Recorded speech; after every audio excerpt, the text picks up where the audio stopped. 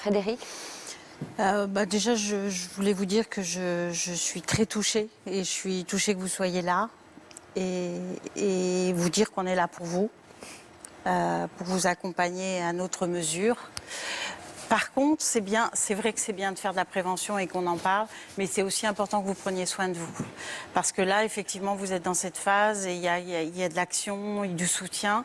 Et puis après, il y a une phase qui est beaucoup plus compliquée, où effectivement, là, on prend conscience de la mort de l'être cher.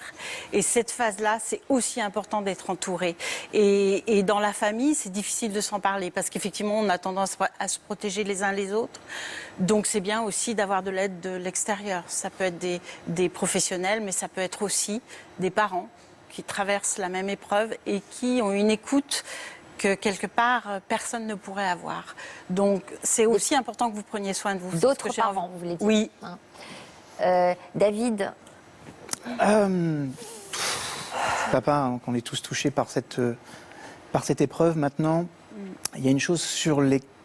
J'aimerais vous aider aujourd'hui à donner une compréhension différente de l'expérience. Un enfant de 12 ans, c'est pas un adulte. Le choix d'un enfant de 12 ans, c'est pas le choix d'un adulte. C'est important qu'on ne filtre pas cette expérience à travers notre regard d'adulte.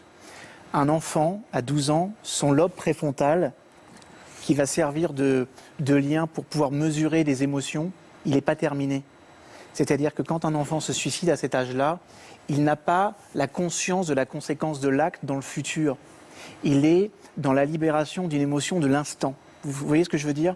C'est-à-dire qu'on peut passer toute une vie à nourrir de la culpabilité et le pourquoi, mais vous n'aurez jamais cette réponse, je vous le dis, parce que ça se trouve, ça s'est joué dans l'instant, par un moment. L'esprit humain, il est composé de deux grandes dimensions, l'esprit émotionnel, l'esprit rationnel. Et puis il y a des moments dans la vie, surtout chez un enfant, l'esprit émotionnel prend le dessus et il ne rationalise plus du tout. Les choix qu'il fait n'ont aucun lien avec la conséquence du futur. Et c'est juste important, je veux dire, votre fille ne voulait peut-être pas mettre fin à sa vie ou mourir, et certainement pas vous laisser dans cet état-là.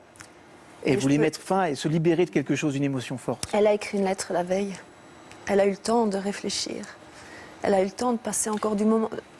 C'est ça qu'on comprend absolument pas. Ça n'a pas été un acte irréfléchi du moment même. Hein. Ça a été écrit la veille. Et elle a rectifié sa lettre le jour où elle l'a fait. Je veux dire, elle a rectifié la date. Pour autant, elle n'a peut-être pas envisagé les conséquences, Mais même si c'est un acte réfléchi. Oui, mais non, je vais dire non, parce que sinon, non, parce que c'est une petite fille tellement gentille, qui voulait que du bien, qui voulait que le bien de tout le monde, donc c'est sûr qu'elle n'a pas mesuré l'acte. C'était une délivrance quelque part. Un enfant de cet âge-là ne mesure pas l'acte et la je conséquence que ça peut avoir sur l'ensemble d'une fratrie, c'est ça que je veux dire, ou d'une famille. Là, apparemment, c'est ce qui s'est passé, puisque avec la famille que nous avons, elle savait très bien qu'elle aurait pu discuter sans aucun problème, nous faire part d'une petite fraction de son problème, on l'aurait sauvé. On aurait pu essayer de faire quelque chose. Vous savez, quand on est dans l'émotion, on ne réfléchit plus. Vous avez un tas de situations dans lesquelles les personnes se sont mises en colère et le lendemain ils disaient « mais je ne pensais pas ce que je t'ai dit, mais tu me l'as dit, mais je ne le pensais pas ». C'est-à-dire quand on est dans l'émotion, quand on est submergé par une émotion qui est intense, à un moment donné, on ne rationalise plus. C'est valable pour un adulte et c'est parfois plus violent encore chez un enfant parce qu'il va hypertrophier son mode émotionnel. Vous voyez ce que je veux dire? Donc, si je puis me permettre, du fond du cœur, le plus mauvais des choix à faire aujourd'hui, c'est de culpabiliser.